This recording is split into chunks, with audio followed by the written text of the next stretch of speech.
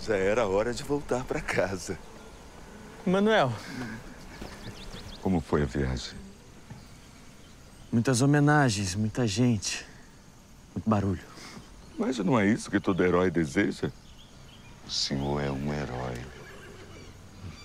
Eu gosto mesmo quando estou entre as nuvens. Bem, vou lhe preparar um banho e almoço. O senhor está com cara de cansaço.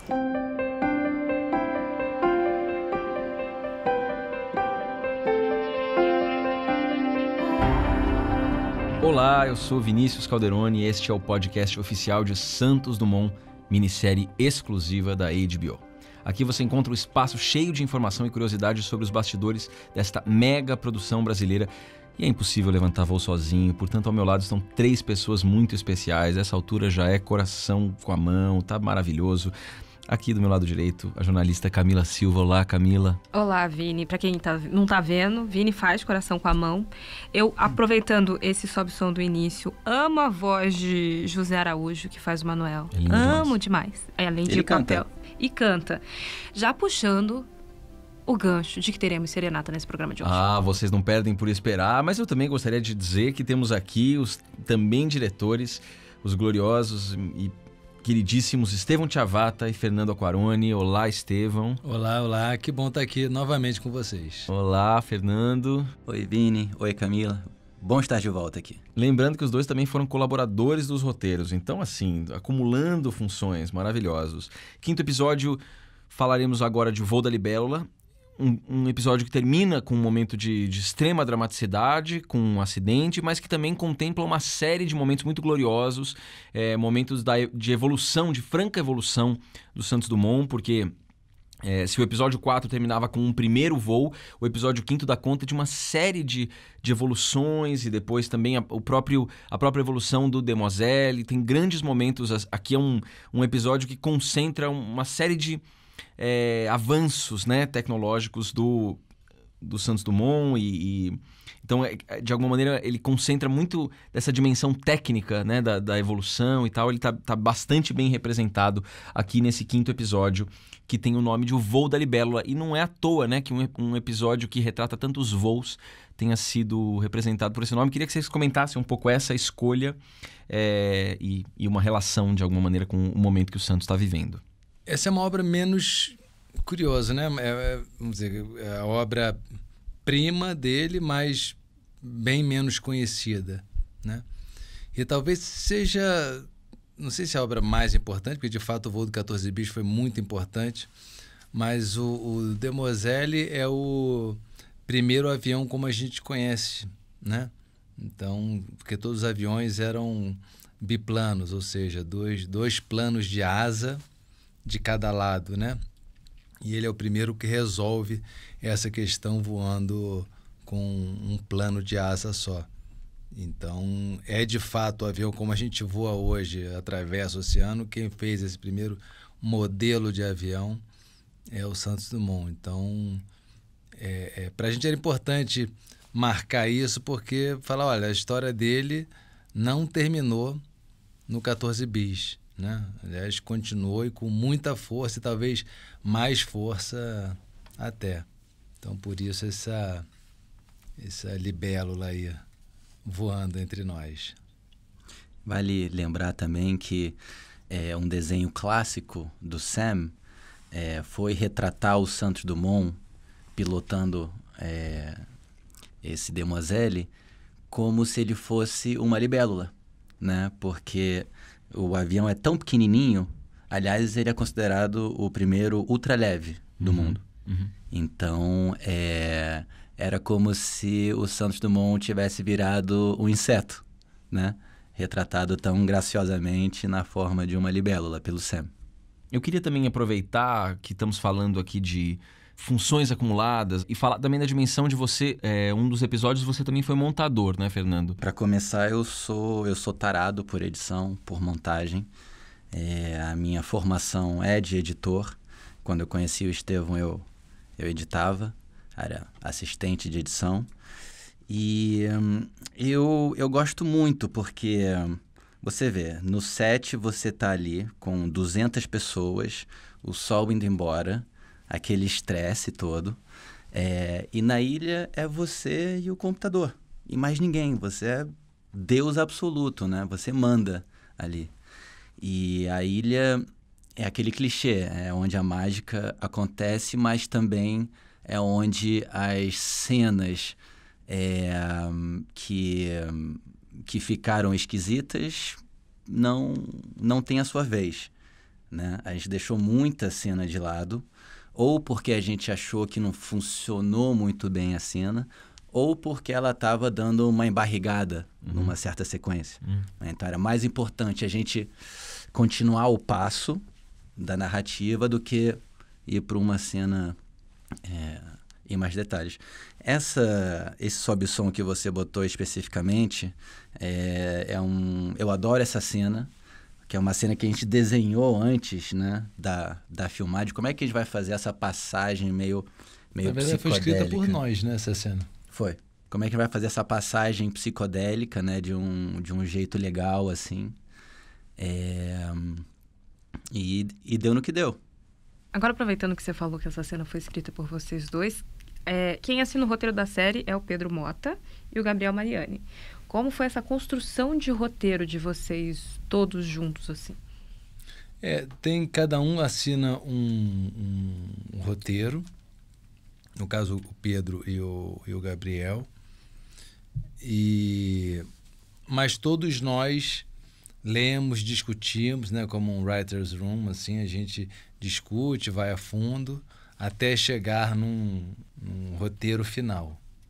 Depois, quando a gente vai para filmar, aí muita coisa vai aparecendo, falou, opa, isso aqui não tá bem escrito, isso aqui não tá dito de maneira legal. E ainda teve um trabalho de corte de cenas, né? E aí esse foi um trabalho que eu fiz, assim, de começar a rearrumar o roteiro. Que nem eu brinco assim, falei assim, olha, encontrei o roteirista, falei, pô, já tô editando. Ele falou, já tá editando, mas vocês nem filmaram, não, é que eu tô cortando o teu roteiro. Comecei a edição... Eu já comecei a edição antes da ilha. bem antes. Então a gente fez esse trabalho de edição também antes para pensar como é que essa cena vai ser. A gente fez muito storyboard, uma coisa que a gente não comentou aqui é que a gente fez muito storyboard das cenas, trabalhou muito em cima de cada cena. Isso que eu falei lá atrás, teve muito planejamento. Mas como também tinha muita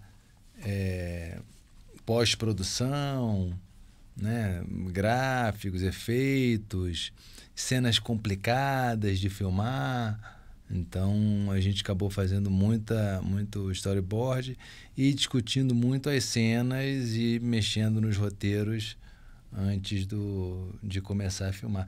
E às vezes na filmagem, porque aí se o ator fala, vem cá, mas isso aqui, por que ele falou isso aqui? Não, mas isso aqui está incongruente com o que ele acabou de falar ali atrás, e se de fato faz sentido o questionamento, a gente muda na hora, não tem problema. O que importa é ficar bem feito e ficar legal na tela, né? Estevão, e é nesse episódio também que se fica assim, uma relação do Blériot com o Voisin, do Voisin com o próprio Santos Dumont, e depois roubando o Nuno ali de alguma maneira. Conta pra gente um pouquinho mais sobre o que é ficção e o que é realidade nesse cenário. O Nuno é totalmente ficção, né? Como a gente já falou, ele é um personagem inventado. Já o Voisin e o Blériot, com certeza não. O que acho que para a gente foi mais importante é que para a gente foi porque seria muito fácil a gente criar uma oposição de antagonista mesmo com os franceses em relação, porque tudo combinava. Ele não era francês, ele era considerado brasileiro, então vamos pintar aqui com as cores meio de a turma do mal, que são os franceses, e o Santos Dumont é o legal, que está tentando vencer os malzinhos. Mas, fora isso, não ser muito... assim, não descer muito bem, quando a gente foi lendo e pesquisando e viu que o Voisin tinha feito, enfim, porque eu também era leigo, possivelmente os especialistas sabiam disso, né? Mas a gente era leigo. Então, quando a gente entendeu e leu e descobriu que o Voisin tinha trabalhado com Blériot, ele vai trabalhar com o Santos Dumont para fazer o 14 bis. Então, o 14 bis é uma invenção do Santos Dumont com a ajuda do Voisin.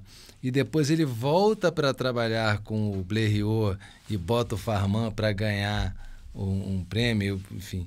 Ele falou, opa, aí tem uma coisa muito interessante para a gente explorar, que é explorar essa relação entre eles, que é o que a gente está falando, uma expressão de competição, mas ao mesmo tempo de amizade, com um embate de egos, ao mesmo tempo com um certo respeito. Então, por exemplo, lembrei agora do momento que também é um fato real. A gente criou o diálogo, né, deles no Maxims, onde ele fala, a gente agora, finalmente eu estou com o espírito que inventou o 14 bis. Aí você não vai falar, como assim, o cara que inventou, a mente, né, que inventou o 14 bis, né, que o Blériot fala meio zoando, apontando para o Voisin. Aí o Sandro fala, bom, já que então vocês estão com uma aeronave, que tem um outro prêmio para ser concorrente, então eu vou deixar vocês voarem primeiro. Isso foi um diálogo inventado, mas o que de fato aconteceu foi que o Blériot, nesse dia, o Santos Dumont dá a vez para ele, para se ele fosse ganhar, ele de fato ganhasse, voasse e tivesse o prêmio. E como está retratado na série, o Blériot não sai do chão. E é linda a cena, muito engraçada, a cena do Nuno Chapin e Santos Dumont, assim, só meio de bracinho cruzado, assim, esperando o negócio. Ah, legal, olha! Nossa, que altura, certo, hein? Velocidade impressionante. Estabilidade, hein? Então, aí depois o Santos Dumont vai e voa os tais 220 metros, né? Desde o princípio, assim, da série, eu fiquei percebendo, na verdade, muito nitidamente o rigor, né, de absolutamente todas as escolhas. Você vê que é tudo minuciosamente situado, na verdade, as coisas... Não tem nenhum momento que você se sinta, assim, boiando temporalmente e em relação aos códigos de cada um dos períodos. Existe uma consultoria histórica da série, feita pela Mari Del Priore, que é uma historiadora super importante, né? Uma historiadora super conhecida e respeitada. Então eu queria também saber um pouco como funcionou esse trabalho. Se ela estava antes dos roteiros, ainda na pré-concepção, já falando alguma coisa, já fazendo uma consultoria durante a escrita, ou se não, foi depois da pesquisa de vocês que ela passou a ser uma consultora, ou se ela só funcionava... Enfim, queria que vocês dissecassem um pouco a importância dela nesse processo e como é que foi o funcionamento dela em todas essas etapas. O trabalho dela começou antes dos roteiros, né? Quando a gente falou, ok, vamos fazer, então eu entrei em contato com ela e ela se prontificou, ficou super animada de fazer. E ela fez primeiro assim como se fosse um guia, né? Um guia de como era Ribeirão Preto e uma fazenda em 1880 e como era Paris da Belle Époque, virada do século. Então, via desde tipo que vinho que se tomava, quantos talheres tinha na mesa, como se comportava, um pouco do contexto histórico, né? Então, por que a família do Santos Dumont, a fazenda do Henrique Dumont, não tinha escravos, se ainda estávamos sob o regime da escravidão? Qual era a intenção dos paulistas assim nesse momento? Também né, diferenciar a Belle Époque daquele momento de outras Belle Époques, né, que Paris viveu. E aí depois que a gente escreveu os roteiros, a gente mandou para ela também fazer aquela revisão. E qualquer dúvida, né, que aparecia era um telefonema e tal, e ela responde muito rápido, assim. Aproveitando, na verdade eu acho muito específico, eu não sei se tem a ver com isso ou se vocês pensaram nisso, se vocês conversaram sobre isso, porque a Ida é uma espécie de pré-feminista nessa história. E a Mari Del Priore, ela escreveu um livro só sobre mulheres, a situação das mulheres no Brasil e no mundo e tudo mais. Teve um dedo dela nessa ida que vocês construíram ou não? Ela achou nossa ida um pouco saidinha demais. Mas eu falei, Mary, eu preciso que ela tome esse... Girl power. Girl power. Ela falou, não sei se ela iria dar um beijo na bochecha do Santos Dumont, tararará. Enfim. A gente inicialmente havia um beijo, um selinho. Selinho ela proibiu. Foi um cantinho da falei, boca. Então deixa só um... Com selinho eu não assino essa consultoria. Aí eu falei, tá bom, tô entendendo. Porque ela ficou com medo da gente também carregar um pouco demais nas tintas, sabe? Então ela, no caso da Ida especificamente, ela pediu pra gente segurar um pouquinho, assim. E você falou dessa construção do Brasil nessa época, dessa consultoria. Eu queria entender, porque a gente vê França, a gente vê Estados Unidos, a gente vê todos esses lugares ali, mas eles foram construídos, né, pela equipe de vocês. Como é que foi essa criação das locações para o Santos Dumont? O Rio de Janeiro, que é onde a gente mais filmou, tem muitos vestígios ainda dessa Paris da virada do século, né? Como a gente falou no outro podcast, a França era o centro do mundo, né? E também era o centro arquitetônico. Então, muitos lugares no Rio de Janeiro ainda tem prédios com esse estilo de arquitetura, ruas. Claro que nas internas a gente estava muito mais preparado, né? Quando a gente ia para a rua, aí sim a gente não podia abrir tanto a lente para escapar de poste, de carro. Então foi um mix assim que a gente fez de locações que já estavam prontas e outras que a gente teve que fazer tudo, de fato, que estava ali na frente da câmera, né? Mas aquela fazenda, por exemplo, que abre a série, onde é aquilo exatamente? Aquilo é uma junção de dois lugares. Primeiro é a fazenda do Pinhal, em São Carlos, né, onde nasceu a cidade de São Carlos. Então, era uma fazenda de café muito próximo ao que tinha sido a fazenda Dumont, né, do Henrique Dumont, na mesma região. E toda a parte ferroviária já é aqui no Rio de Janeiro. Então, é um mix de duas locações. Casa da Marina também, que é o interior. Sim. E o interior é um outro lugar ainda, que é uma casa de fazenda aqui na Tijuca, lá na Tijuca, no Rio de Janeiro. Uma curiosidade dos ambientes interiores, muitas coisas foram recriadas em estúdio ou a maioria delas foram encontradas em locações mesmo, diretamente? Assim, pro Maxims, por exemplo, esse foi uma recriação em estúdio ou... Eu diria que quase tudo recriação. Então, por exemplo, o Maxims, a Casa do Santos Dumont, o Hangar, o Galpão do La Chambre. Talvez um lugar que a gente não fez muita coisa foi o hangar da exposição de St. Louis. Uhum. Aí é o hangar do Zeppelin, no Rio de Janeiro, que a gente escolheu um canto assim para ficar visualmente interessante. Então ele já estava meio pronto. Mas a grande maioria a gente teve que recriar tudo. Por exemplo, o Galpão do La Chambre e o hangar do Santos Dumont é o mesmo lugar. É o mesmo espaço, dressado de maneiras diferentes. Né? Que legal. E tem uma história de uma máquina de café, né, que você falou. Isso, a máquina de beneficiamento de café que está presente no primeiro episódio era da família Santos Dumont mesmo. Essa máquina foi comprada e foi totalmente restaurada. Então, quando a gente chegou lá e ficou sabendo que era a máquina da família Dumont, a gente teve que fazer um pouco de poker face, né? Teve que dar uma escondida um pouco na emoção, assim, para não entregar. Então, foi um momento muito especial. Agora, eu diria que talvez a locação mais incrível para mim é o nosso Bois de Boulogne. Porque a gente estava pensando onde é que a gente ia filmar. Fomos na base aérea de Santa Cruz, no Campo dos Afonso, onde é que seria o campo de aviação dele. A gente ia construir um hangar no meio enfim, só roubadas, com ventania e maré que ia subir, coisas... Porque, enfim, tudo isso pra gente era muito preocupante, né?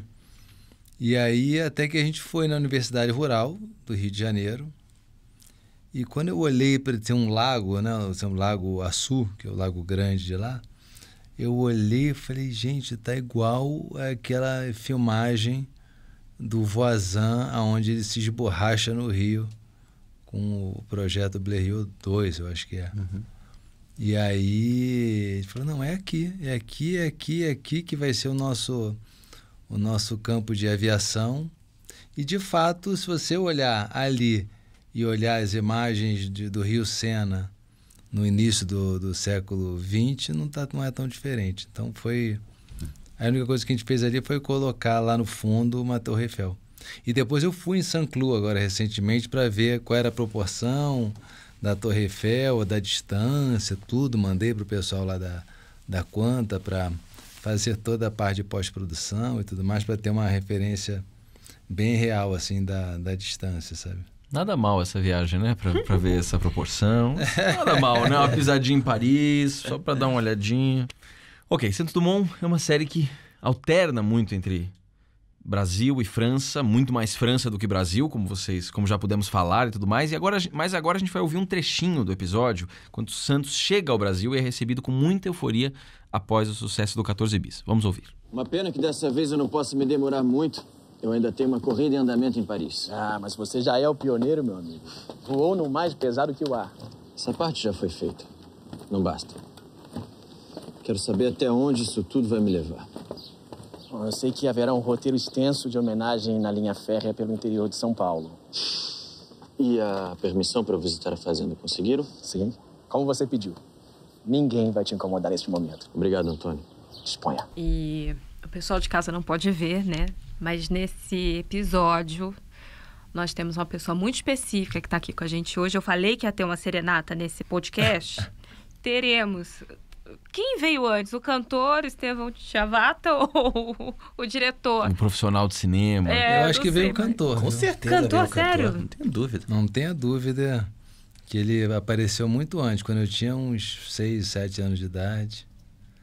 Aí ele apareceu, mas aí depois o cineasta tomou a frente e o cantor foi pro chuveiro. Mas como é que foi a escolha de você fazer essa serenata, que é uma coisa tão específica? Não é só atuar, é cantar também na série, né? Como foi essa escolha? O Estevão tem uma característica, assim, quando a gente tá na Pindorama, eu tô lá no 3º andar, eu sei quando ele chega na casa, porque ele já chega cantando, né?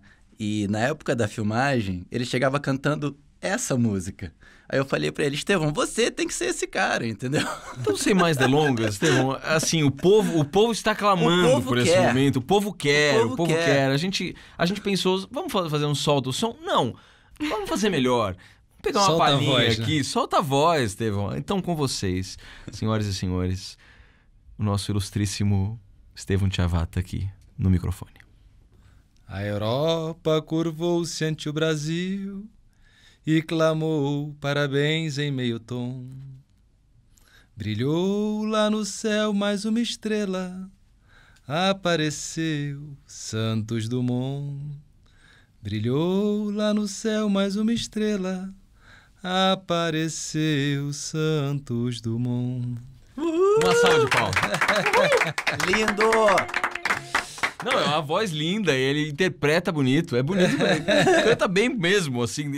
E eu fiquei muito pensando, eu falei, cara, ele na hora do episódio, eu falei, ele não tá dublando, não, é aquilo ali mesmo, é isso aí. É a Vera. É porque eu gostava de cantar essa música, enfim, uma música ufanista, né, totalmente, né. Aqui a gente se ressente de mais coisas ufanistas, né, o Santos Dumont, mas essa foi uma música da ocasião mesmo da... Foi uma música que, se não me engano, ela foi feita depois do Prêmio Deutsch, não foi depois do 14 Bis.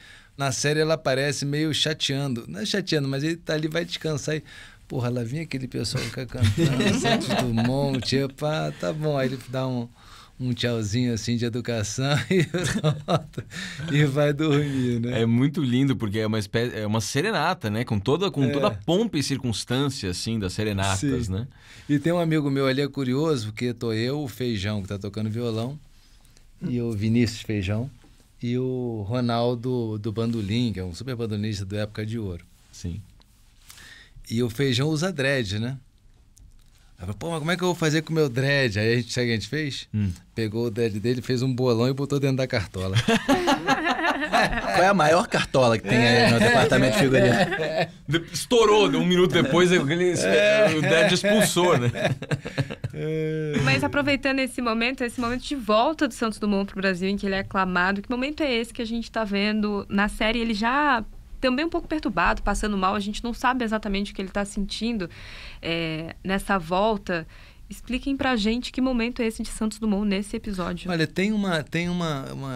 esse, no caso, especificamente essa volta dele para o Brasil, onde ele é aclamado, aí sim, já com 14 bis e tudo mais, tem muitas documentações sobre essa vinda dele. Teve um jornalista que acompanhou ele.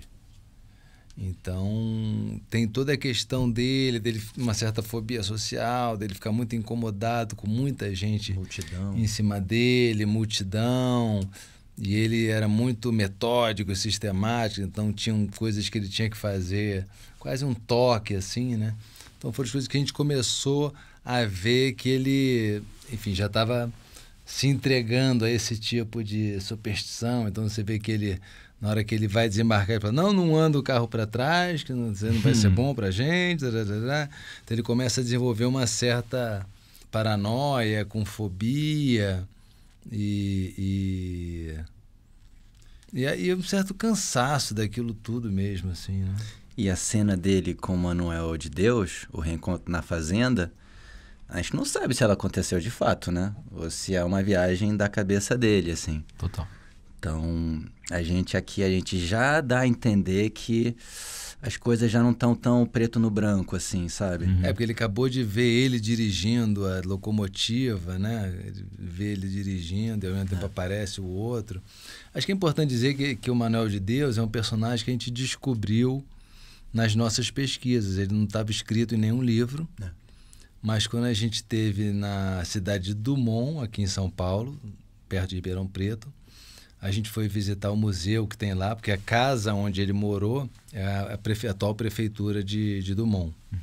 E a gente tem um museuzinho perto, assim, e a gente foi ver, e aí tinha uma fotografia da família toda em volta do Manuel de Deus. O Manuel de Deus já velhinho, assim, estava a irmã Virgínia, toda a família em volta dele. Então a gente viu que era alguém que... E o museólogo falou pra gente, né, que era alguém que tinha sido o valete dele quando ele era criança, era uma pessoa muito querida na família e tal, então a gente trouxe esse personagem para a série. É muito linda a relação deles. E eu queria só voltar um pouco aí a coisa da fobia social, né? Me dá uma sensação um pouco de que o Santos Dumont é uma daquelas pessoas que, como não tem uma personalidade naturalmente expansiva, histriônica, extrovertida, não sei como é a melhor palavra para isso, ele vive um pouco assim a desgraça do sucesso, sabe? Assim, ele não tava pela festa, né? O projeto dele não era de ser uma celebridade, era de ser um inventor, né? Então, quer dizer, aquilo era uma obrigação quase meio maçante, né, para ele, né? De uma certa maneira. O caráter expansivo dele, excêntrico dele, é justamente quando ele tá voando. Sabe, fora do céu, com os pés na terra, ele é recluso, ele é recatado, sabe? Ele não é um grande orador, né? Então... Tem um diálogo nessa cena que é importante ressaltar aí para a turma que assistiu o episódio, talvez tenha passado um pouco batido, mas os brasileiros se ressentiam muito dele nunca ter voado no Brasil. Então tem um diálogo ali entre um deputado e o comendador que fala, você nem na Europa ele teve uma recepção assim, mas ele, não voa aqui, mas enfim, o cara meio bolado com ele. Isso de fato é uma coisa que também foi muito alimentada aqui no Brasil, sabe? E nessa volta dele, ele vem para o Brasil e depois volta para a França, já alçando outros voos, inclusive com o 14 bis, e buscando outras possibilidades agora com o hidroplanador, né? Uma outra criação, uma outra busca dele, que na verdade é um teste para um monoplano, né? Exatamente. Ele estava testando na hidrodinâmica o formato desse monoplano dele, né? Se funciona na água, vai funcionar no ar. Então, ali, enquanto o pessoal achava que ele estava perdendo tempo na água, ele, na verdade, estava 2 passos adiante de todo mundo. Ele estava concebendo a primeira asa de monoplano no mundo, né? Você pode me corrigir, Fernando, se eu estiver falando besteira, mas Jamais. eu não lembro de ter lido em algum lugar... Foi no site do Calaça, lembra? Foi do Calaça, Ele né? falou pra gente. Que a gente estava conversando, mas por que ele fez isso? Porque você vai ler os livros de história, dos projetos dele, vão todos dizer que ele apostou, era uma aposta, que até a gente menciona, com alguém que ele conseguiria ultrapassar a velocidade de 100 km por hora. Mas por que ele... E aí depois a gente leu que ele, na verdade, estava também analisando os fluidos líquidos, né? Aquosos, que seria um jeito dele entender também os fluidos da atmosfera. E aí nessa conversa com o Calaça, ele falou, não, eu acho que estava de fato fazendo o primeiro monoplano, que de fato é o do 18, que é o projeto do hidroplano, para o 19, que é o primeiro monoplano. Então fez todo sentido para a gente. Isso é quase uma novidade da série que a gente traz para os biógrafos do Santos Dumont. E nesse episódio tem um outro prêmio também. De circuito fechado, né? Isso, que é uma outra coisa que na verdade não é Santos Dumont, que aí já, de novo, a França querendo repatriar para ela essa questão do voo, né? É o Farman, que essa prova era para fazer 1 quilômetro em circuito fechado. Ou seja, aqui a gente já está trabalhando com as voltas, né? Porque antigamente você podia ir reto, se passar de 25 metros ou 100 metros você ganhou. Agora a gente já está começando a botar outros elementos dentro da competição. E aqui é a curva. Acho que esse é o episódio onde a gente mais utilizou material de arquivo também, né? É muito legal isso. Então, foi um jeito também de contar a história, de mostrar o que estava acontecendo, as angústias do Santos Dumont, os desafios dele, a aclamação que o Blériot recebe quando atravessa o Canal da Mancha, como ele é... Aí sim. A França finalmente aí é festa, conseguiu dominar os ares. Então, acho que foi um feliz uso assim também desse material de arquivo para a gente conseguir contar a nossa história, falar um pouco dos irmãos Wright, né, que também entra aí nesse episódio.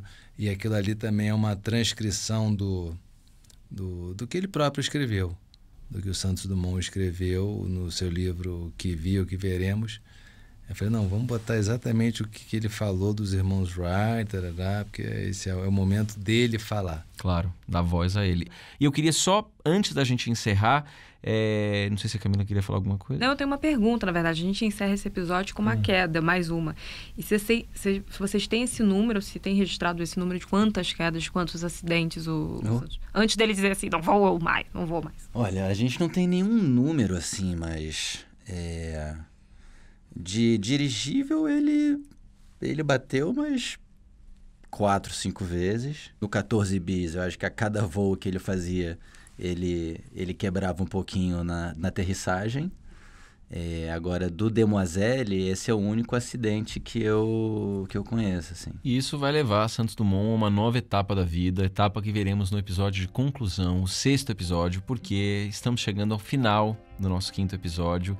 Eu quero mais uma vez agradecer demais a presença de vocês, já com aquela saudade antecipada, nos consumindo.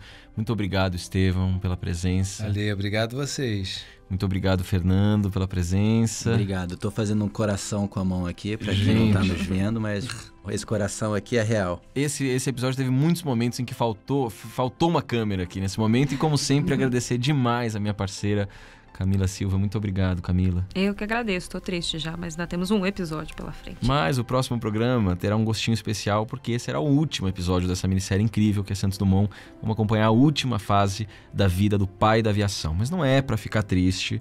Você sempre pode matar a saudade na HBO Go. Os episódios exibidos até agora estão lá te esperando, de braços abertos, junto com todas as outras séries originais da HBO. Eu sou Vinícius Calderoni e nós ficamos por aqui. Até lá.